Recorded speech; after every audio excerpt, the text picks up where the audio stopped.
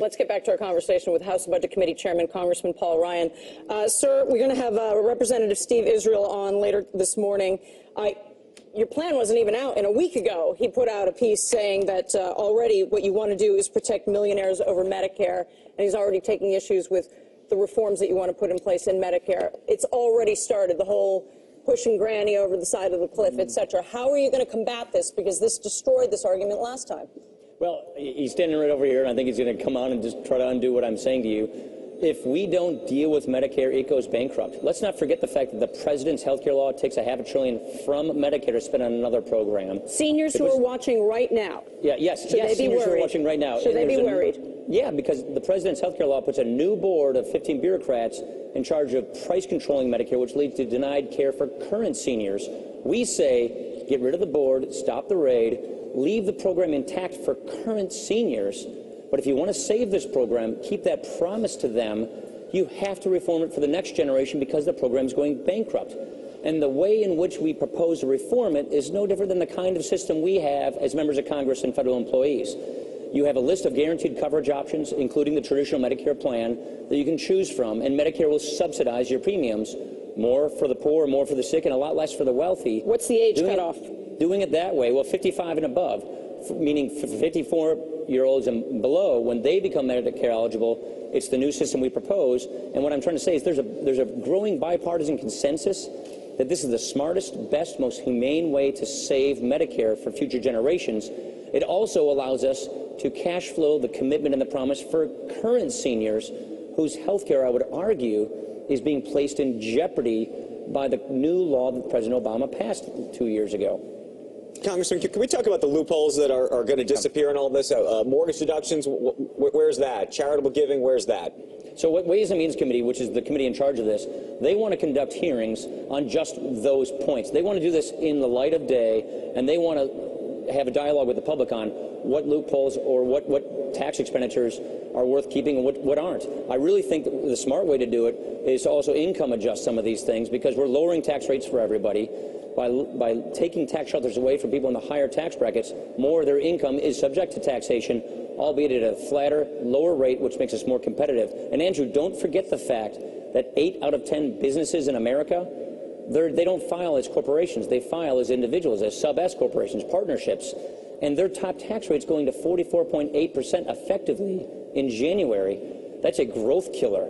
We need to have lower rates, a broader base, and there is a bipartisan consensus on that as well. So what we're trying to show here is we're giving the country a very clear and legitimate choice of two futures. One where we want to get us back to prosperity and growth, stop picking winners and losers in the tax code, grow the economy, and get our spending and debt under control so we can avoid a debt crisis, which I would argue is probably the most predictable crisis we've ever had in this country. Paul, can we talk about the this tax cliff you described? January 1st, 2013, the whole tax system basically implodes. As you say, President has proposals to take the top rate to 45%, triple the dividend rate, and so forth and so on. The payroll tax cut ends. All kinds of corporate tax deductions ends. What the hell is going to happen here? What's the outlook for this? The whole thing implodes. So if that happens, Larry, meaning if the president gets his policies, which you just accurately described, I think you're going to throw us into another recession. If you hit the economy and job creators with those kinds of tax increases, you're going to do great damage to this economy, and it will make it impossible to get this budget under control because nobody's going to be working and paying taxes. So we feel we have an obligation to the country to show them how we would replace this tax code, how we would deal with that tax cliff, which is fundamental tax reform going forward that's permanent, certain, fair, and competitive, and get us wired for economic growth. That's what we're saying. So if we win the election, what we're saying is this is what we want to do to replace this fiasco that happens at the end of the year. There has to be a special session. I'm sorry, Cal, I just want to qualify the process. I don't want to get into the process, but in other words, you know this stuff is January 1st. The election is November. You're going to have a lame duck once again. Is that when all this has to be sorted out? No. Before the new Senate and House members, before the new president? How does this work? My own view is that we'll have to extend current law for a time period to give us the time to actually put these new ideas in place. So I believe what we'll have to do is extend these things, the current tax system, prevent this massive hit from taking place on our economy to get us the time to actually put all these reforms in place. Congressman, you mentioned the two new tax rates would be 15% and 25%. What would be the income? 10 and 25%. I'm sorry. What would be the income cutoffs for those levels? That's what we had to decide based on all these hearings we plan on doing at the Ways and Means Committee, based on what loopholes are closed. So those numbers have to move based upon making sure we get enough revenue into the government to pay our bills and to set our tax expenditure policy. Congressman, so to just explain this though, so is more within the context of your plan, mortgage deduction, is it in there or not? No, that's to be decided later by the Ways and Means Committee. What we're saying is, here are the tax rates. Now we have to decide what income thresholds and what tax expenditures are in or out. That is a decision that we have not yet made. Okay, but in the Paul Ryan view of the world, you would do it how?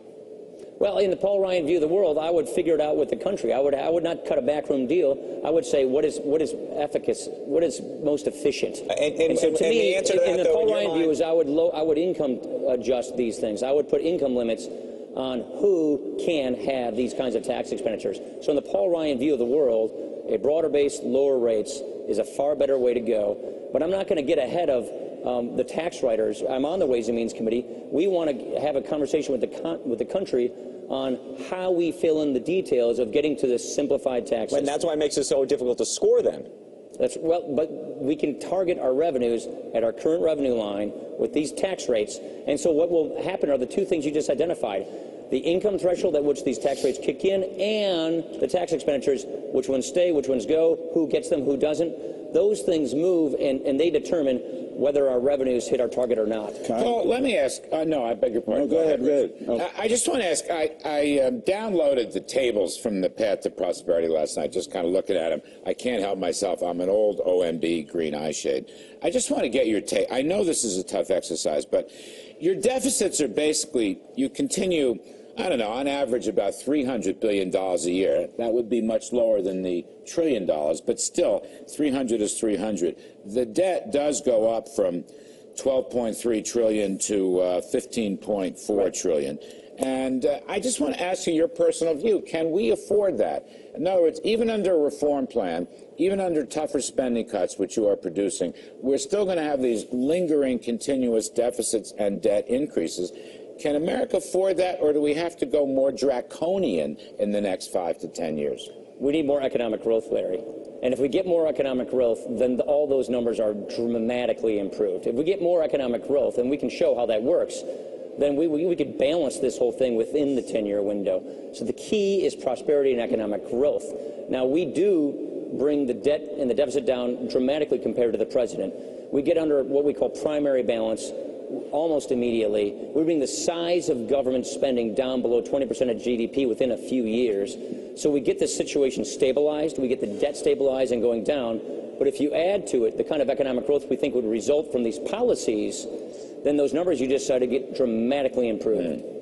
Congressman Ryan, Richard Lefrak, the notion of broadening the base and bringing the rate down as a high marginal rate taxpayer, I'm assuming that at the end of the day, even though the rate is lower, I'm going to be paying more taxes, not less. And why don't we just say that? Because that's really the honest answer.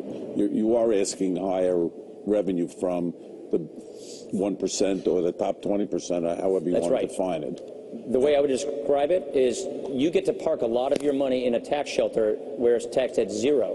What we're saying is we want to take away your tax shelter. We have lower tax rates in exchange for everybody, and so your money is taxed at 25%. So 25% of a dollar is a whole lot more than 0 of a dollar that was parked in a tax shelter. So yes, we think we will have more of your income subject to taxation than where it is now, and that's what we mean when we say broaden the base. Can you live with that, Richard? Can you live with that? Yes. Lower rates, but fewer deductions? Yes, I can live with it because I think it's a fair system. But your effective rate goes up, though. My effective rate will go up. But I'm a high margin taxpayer anyway, so it's not like I'm paying just 15%. I actually pay more than my secretary. Right. I do. Really? I admit. You figured it out, I guess. Yeah, I admit that I pay more than my secretary. But you know, if it goes to retire the deficit and straighten out the long-term problems that the country faces, okay. It's all right. And you'd still have incentives. I would still have incentives. That's important. Well, but, you know, entrepreneurs are restless. They always have incentives until the tax rate gets so high that they just But it's not going to change the way you do business. And when people talk about carried interest, and things like carried interest, I imagine would go away in something like that. I don't have any carried interests. Well, I would simply say, No, but you have a partnership accounting?